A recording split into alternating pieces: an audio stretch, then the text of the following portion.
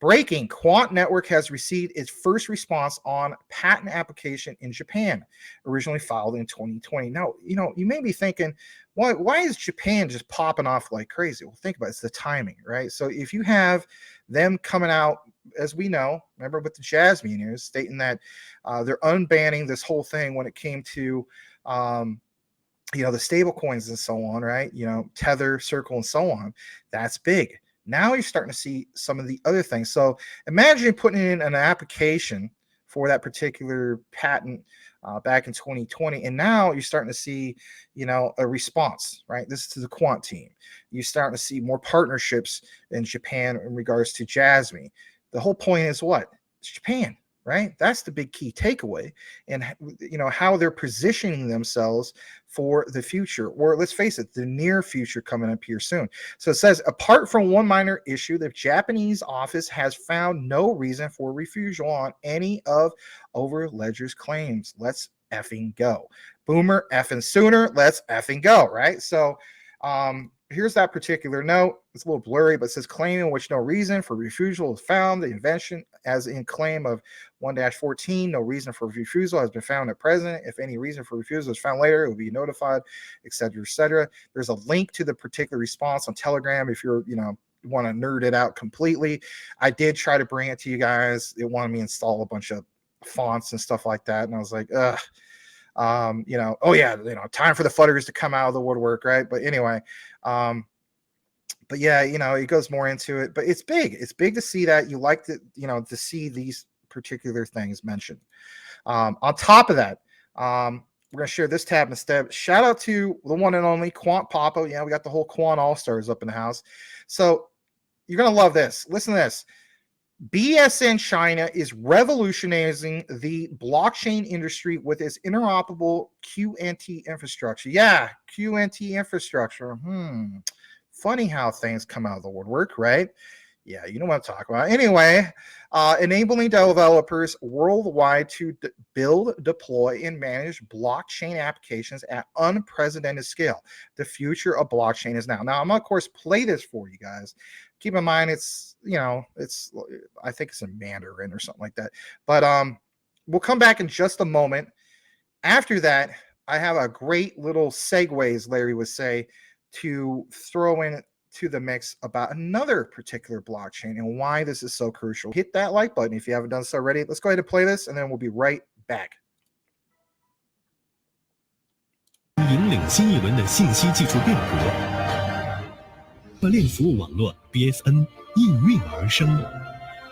区块链服务网络由遍布全国的公共城市节点和共识排序集群服务组成。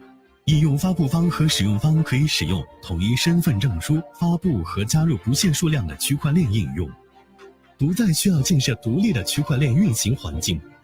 所有应用通过负载均衡机制，使平均资源消耗降至最低，运行成本仅为传统区块链云服务的20%。All right, so enough about that. 可以让开发者 Yeah, I was only going to play a little bit. I was not going to have you guys sit through the whole 2 minutes of, Mandarin. But anyway, what I was going to state is what's crucial about it and why it's important. So yes, it states this is going to enable developers worldwide to build, deploy, and manage blockchain applications at unprecedented scale. The future of blockchain is now.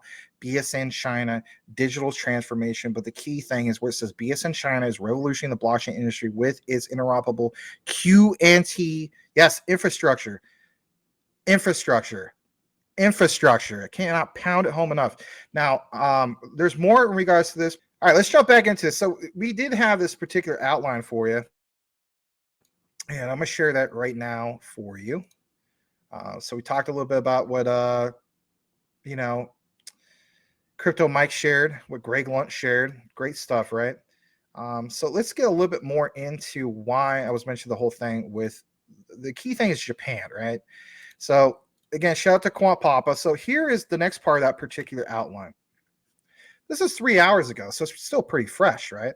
So it says DLN networks like we talk about quite often, LAC chains, big, especially for Quant. EBSI, BSN, bank, are transforming industries and enabling new levels of collaboration and innovation. With BSN China's interoperable infrastructure, the future of blockchain is brighter than before. BSN China, some of these other ones tagged. Let's blow that up. So sometimes we got to take a blast from the past. So look at what it says here. It says the rise of regional DLNs. But while national DLNs have huge potential, regional multinational DLNs have even more. This is because they deliver even more value than the national infrastructures. True.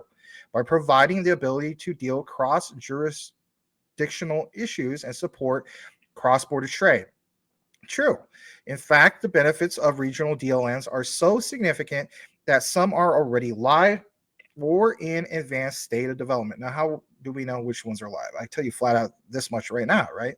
LAC channel, you already had basically, some people call it like the beta of that particular rollout that happened. What was it? Even before last summer, right? With Quant. So it states that in an advanced state of development in the EU, for example, the EBSI DLN is coming online, and it's coming online soon. While China's BSN infrastructure is now rolling out globally. Probably, however, the most advanced example of a regional DLN is currently, again, just like I was mentioning earlier, LAC chain. And remember, the Quant connection in regards to that. An alliance led by Quant, I should say, but it says the BSN was initiated by the Chinese Government State Information Center, the SIC, along with Red Date, China Mobile, and China UnionPay. The aim is to provide a low-cost blockchain network, making it accessible to the masses and offering numerous different permission blockchain technologies. In other words, companies don't have to set up their own nodes, and that right there is big in itself. So far, the BSN supports Hyperledger Fabric, Fisco, BCOS, CETA, a Chinese enterprise Ethereum. Think about that for a moment. And Baidu's Super chain with several others announced. With a deal already inked for consensus quorum to be added, Corda was the odd one out of the big three enterprise blockchains until today. There are more than 100 city nodes in China with plans for 150 by the end of 2021. Now, I'm going to get to the good stuff here in a bit. If anything, we again have to have a reference to the past of how this all first started. Because when you do that, you're able to establish why it's so significant now and where we're going here in the near future. So back on July 31st, 2020, this particular person asked Gilbert Veridian, CEO of Quant, any thoughts on BSN, Gil? Could OV, and says, we are here to connect the BSN, EBSI, UK, and other jurisdictions to the rest of the world through the OVN. On top of that, it says on February 24th, our board have met with the highest levels of government in China regarding their blockchain initiatives. We have a meeting here in London in 2 weeks' time with some contacts. We are exploring taking our technology to China as is the right time. Now, I believe it's the right time as well. And if anything, here is something I want to show you on my particular outline for you. So when we got further into it, this person responded like, wow. I mean, yeah, it is wow. Because here's something I want to show you. So if you've been following what's been going on the last week, and I know I haven't been here, but still in the background, I still pay attention to what's going on. So Conflux, right? It's got the label of, it's China's, let me double check what it is. It's China's only regulatory compliant chain in China. Conflux is facilitating entry into the Asian market for other globally minded, I should say, crypto projects. Now, if you've been paying attention, and I'm sure you guys have, you have noticed that this thing had a massive, massive pump as of recently, right? You have, for instance, in that circulating supply, you got a little over 2 billion, 97,547,000 supply. And it's, it's gone crazy, absolutely crazy berserk as far as price action. So the last week, the average, currently speaking, is up 54%. It was a lot higher, of course, after this thing, tapered out. Look what it shows on the two-week average, 316% up, 30-day average, 646%. Really big things. Combine that with understanding the let's face it, when it comes to crypto, the supply and demand for all of this, and it starts with some of these particular ones, like what you saw basically mentioned right here. Again, the only regulatory compliant chain in China. Think about this.